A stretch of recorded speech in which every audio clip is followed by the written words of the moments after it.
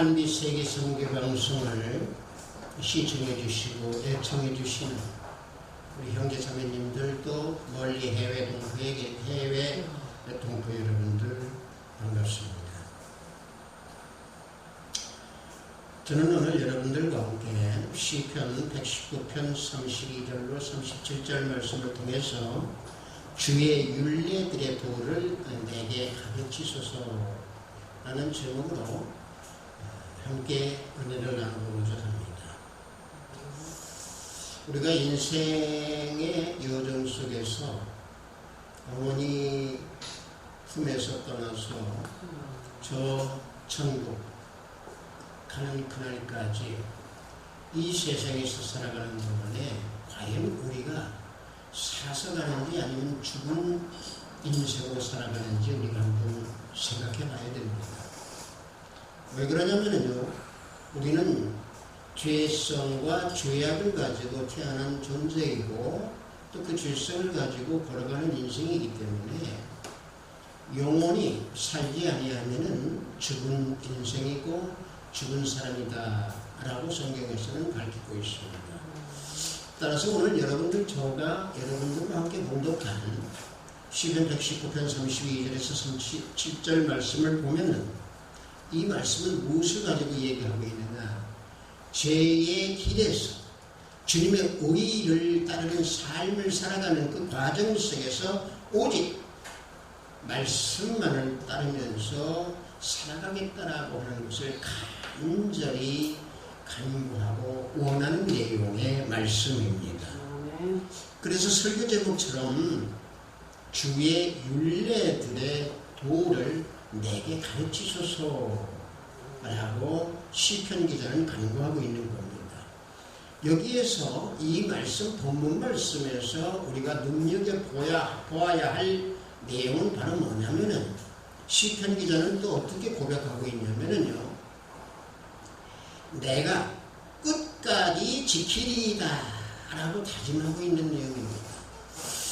이 다짐하고 있는 이 내용이 시편 기자가 즉흥적으로 또는 기분에 의해서 고백한 내용이 아니고 진정으로 주님의 말씀과 하나님의 말씀을 순종하면서 끝까지 지키겠다라고 하는 것을 고백하고 있는 겁니다. 결국에 이런 것은 이 시편 기자는 끝까지 순종하며 지키면은 하나님께서 그 순종의 결과로 생명의 멸류관을 주시겠다라고 하는 그 말씀을 잊지 아니하고 있었다라고 하는 것을 우리는 알아야 됩니다.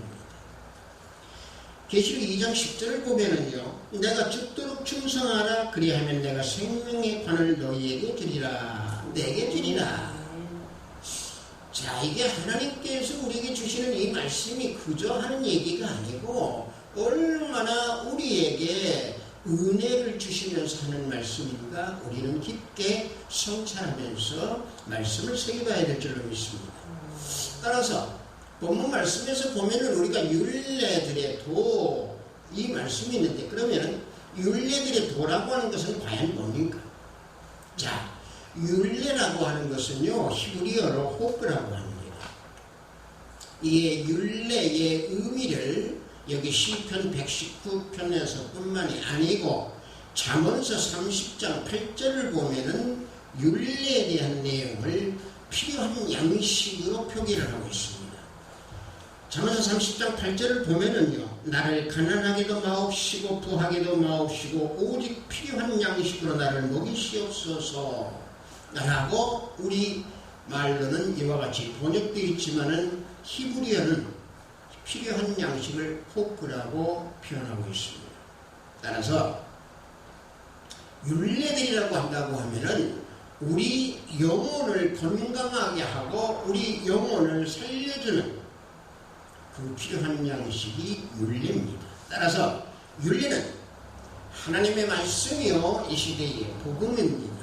그래서 우리 영에 필요한 양식이고 그 영에 필요한 양식을 내가 갖기 위해서 율례들의 도를 가르치소서라고 간구하고 있는 겁니다. 즉 하나님의 계명을 내가 실행할 수 있고 하나님의 계명을 내가 따를 수 있고 순종할 수 있는 그러한 삶을 살고 말씀을 깨닫겠다라고 하는 시편 기자의 고백입니다. 그래서 본문 34절에 보면은 나로 하여금 깨닫게 하여 주소서라고 또 고백하며 간구합니다. 자, 나로 하여금 깨닫게 하여 주소서, 이 말씀은요, 깨닫는다라고 하는 것 두 가지로 보는 뜻입니다. 뭐냐면은 하나님의 말씀, 즉 다시 말하면 복음을 머리로만 깨닫는 사람이 있는가 하면은 머리로 깨달아서 가슴까지 내려와서 깨닫는 사람이 있습니다. 이 시대에 머리로 깨닫는 사람 많습니다. 머리로 이 말씀 알고 있는 사람들 무수하게 많습니다.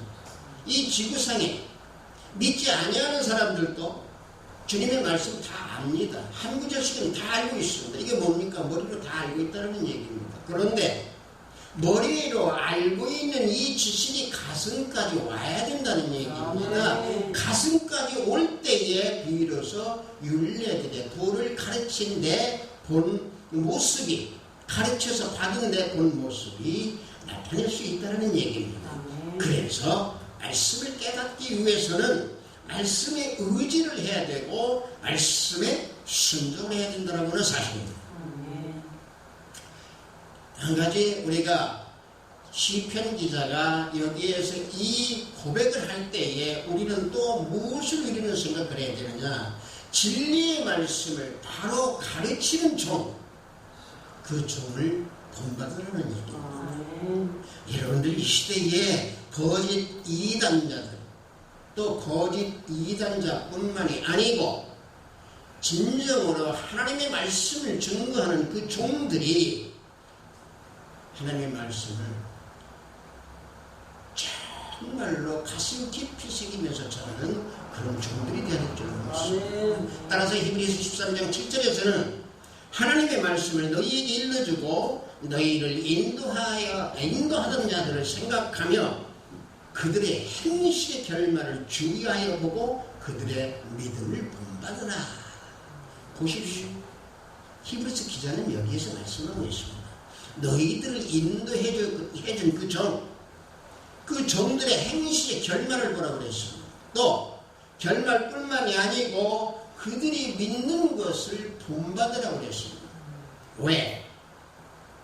말씀을 증거하는 자들의 그 행위를 보면은 그 결말을 알 수 있습니다.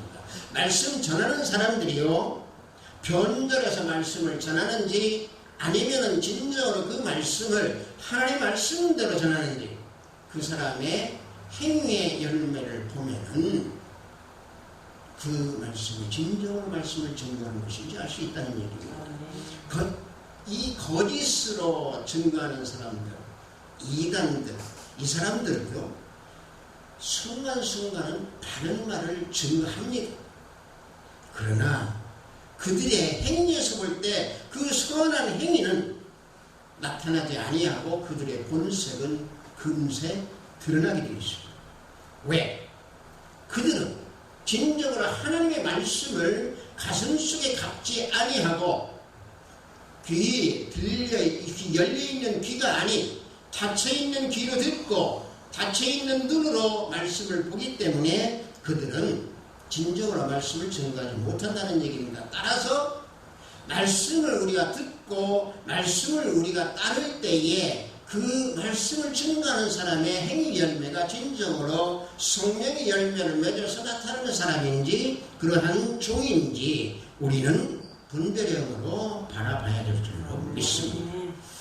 따라서 다른 그 지도자들이 증거하는 그 신앙, 증거하는 그런 말, 우리는 너무 갈급한 이 시대에 살고 있습니다. 성경에서 보면은 그들이 말씀을 증거하고 주님을 증거했던 그 사도들이 또 그들의 결말을 보면은 반드시 그들은 주님께 충성하고 올바른 말씀을 증거하다가 순교한 것을 우리는 많이 합니다.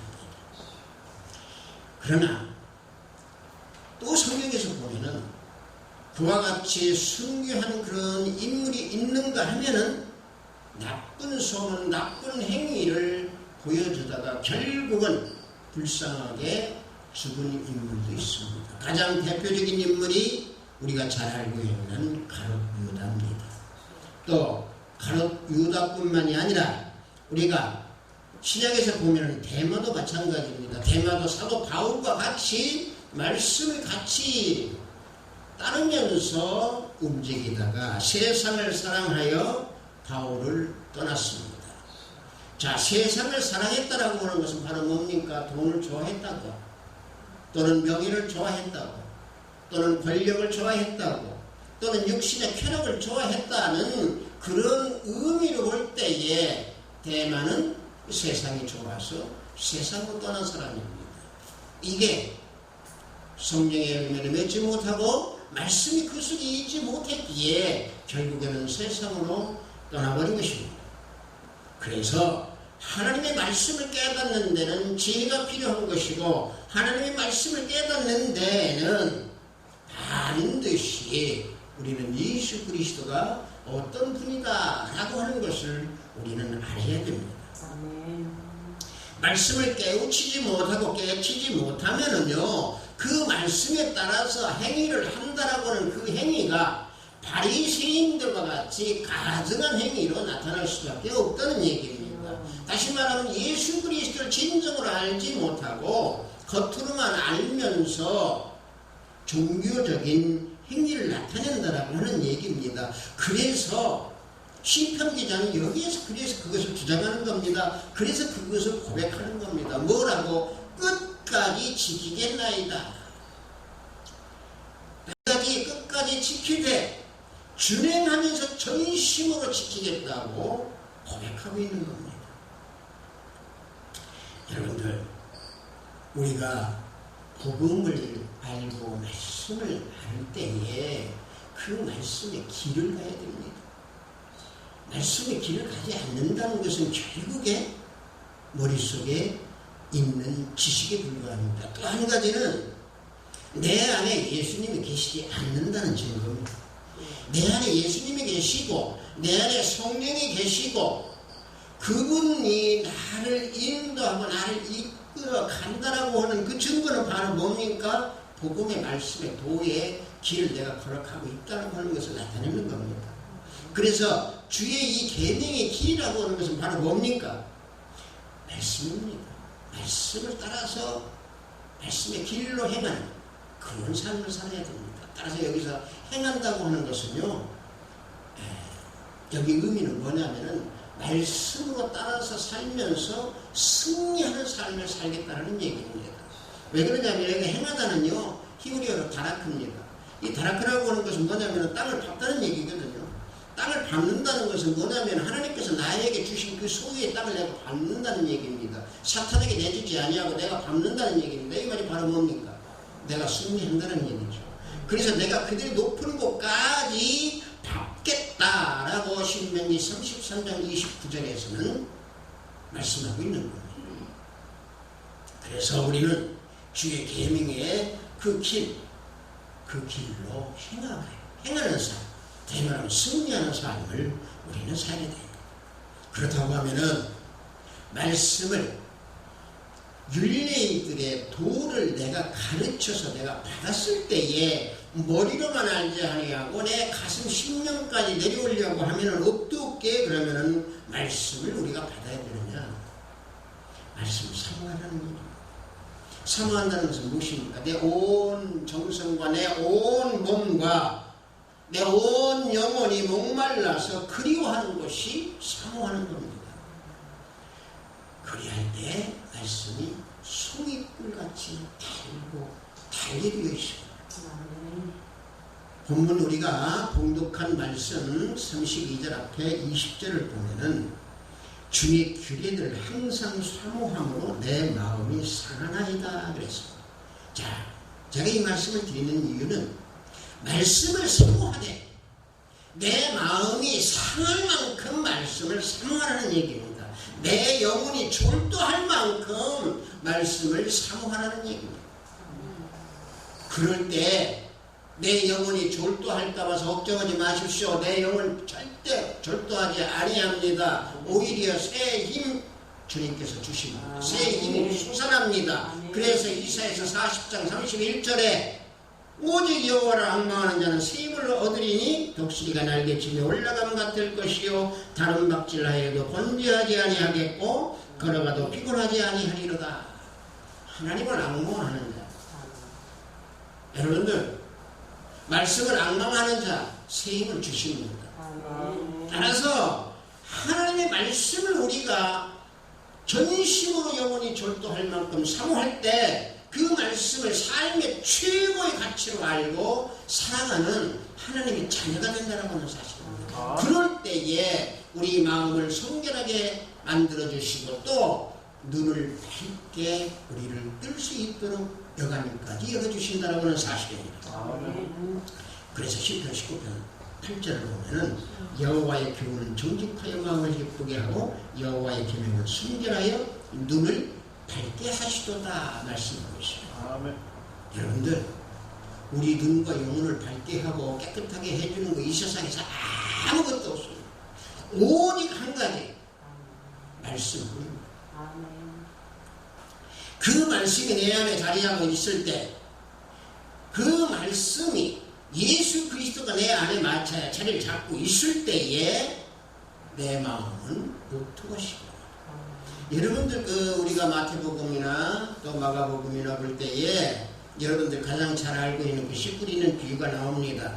거기에서 보면은 좋은 땅에 떨어지면 어떤 것은 100배, 어떤 것은 60배, 어떤 것은 100배의 결실을 맺는다고 했습니다. 자, 중요한 것은 말씀을 내가 받을 때 가르침을 내가 받을 때 내 마음이 옥토밭이 되어야 된다는 사실입니다. 여러분들 길가밭, 돌짝밭, 가시덤불밭 여러분들 이 마음 우리 인간들은 다 그 마음 가지고 있습니다. 왜?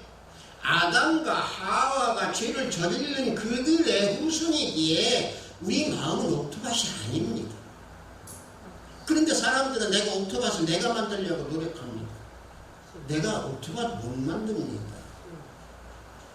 여러분들 바깥에 해보셨잖아요. 돌짝밭 많은데 여러분들 호미질로 우리가 돌을 걷어내잖아요.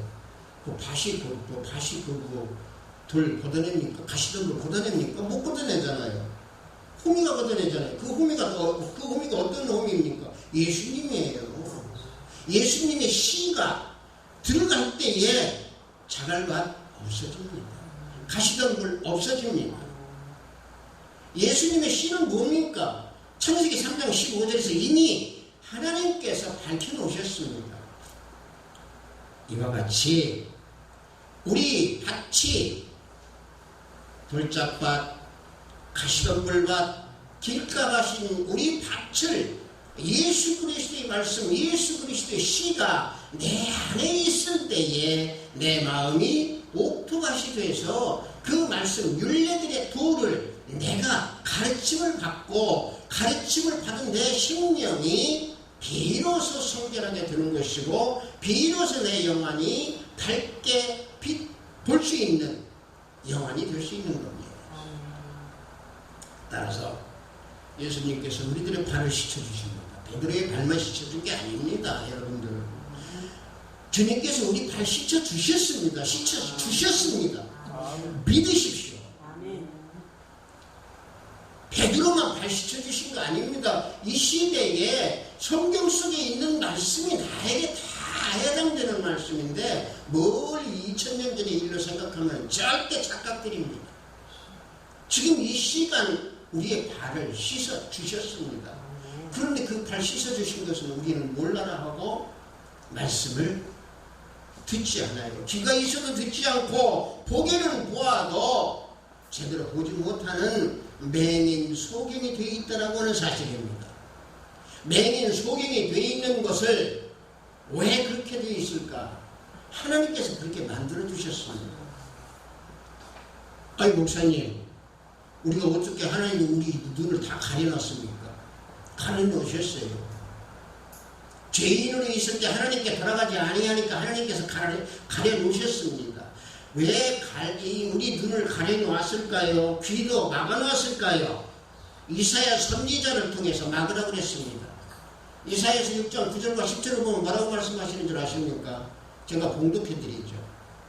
여호와께서 이르되 가서 이 백성에게 이르기를 너희가 듣기는 들어도 깨닫지 못할 것이요 보기는 보아도 알지 못하리라 하여 이 백성의 마음을 둔하게 하며 그들의 귀가 막히고 그들의 눈이 감기게 하라.